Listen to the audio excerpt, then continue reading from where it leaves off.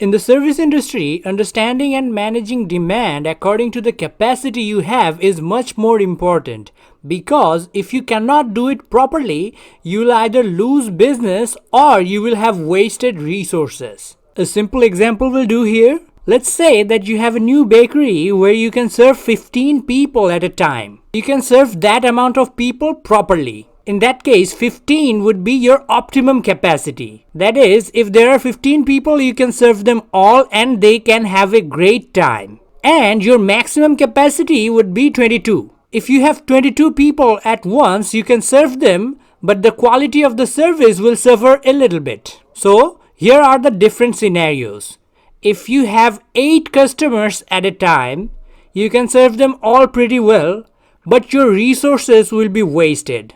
15 is the optimum for all, for you and for the customers. And up to 22 you can serve with some level of decline in the quality of the service. But if you have 30 people coming at once, 8 of them will have to go back. And they might never want to visit you again. You don't want that. So you have to manage the demand in some ways. You can also manage the capacity you have, but I'll talk about that later.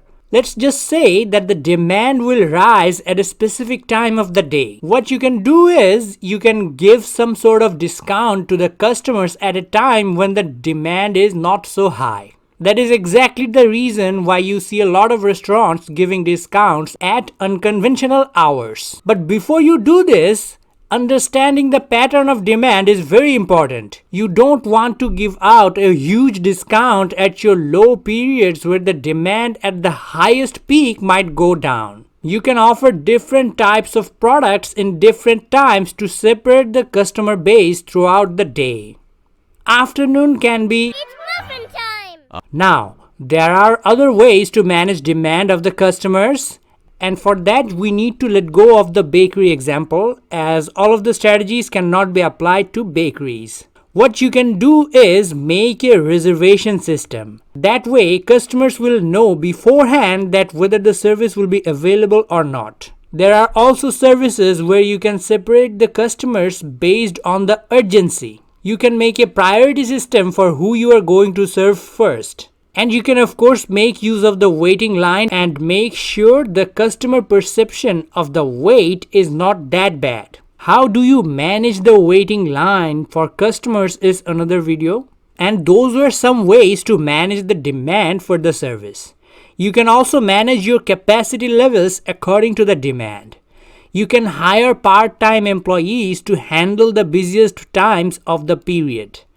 You can hire extra people for only the holiday season when you expect to have more business for your bakery. The capacity can be made flexible. You can join 2 or 3 tables together in case of a large gathering.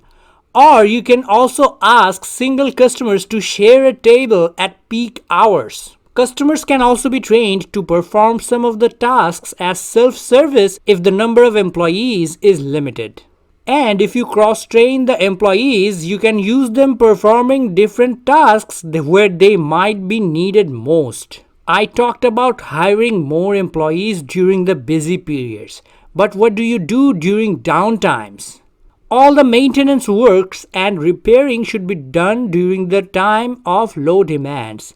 And your permanent employees should get some time off for their own holidays. Now, a short review of service demand and capacity. A lot of the things I talked about will depend on the type of service you are providing.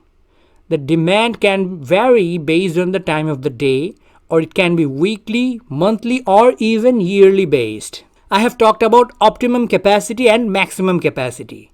In some cases, the optimum and the maximum capacity will be the same. For example, in a passenger aircraft. Whether you are going to go for managing demand or managing capacity is completely up to you. Of course, you can do both, but not everybody can afford everything. There are different portions of the capacity that you can concentrate on. The physical equipments, the employees, the infrastructure, and so on. And now that would be it for managing demand and capacity in a service-based business. I hope it was helpful for you. And one more thing before I move on to the bonus section. I just recently reached 5,000 subscribers on this channel. which is absolutely awesome, and I would like to thank each and every one of you for subscribing. Alright, now the bonus section. The Nobel Prize in Physics in 1920. The prize went to Charles Edward G. He was able to help out with precise measurement in the field of physics. How did he do that? Well, it was a long and complicated process of discovering anomalies in nickel-steel alloys. And this is the official end of this video. Thank you so much for watching. If you are still watching, I hope you have learned something new today. Goodbye for now.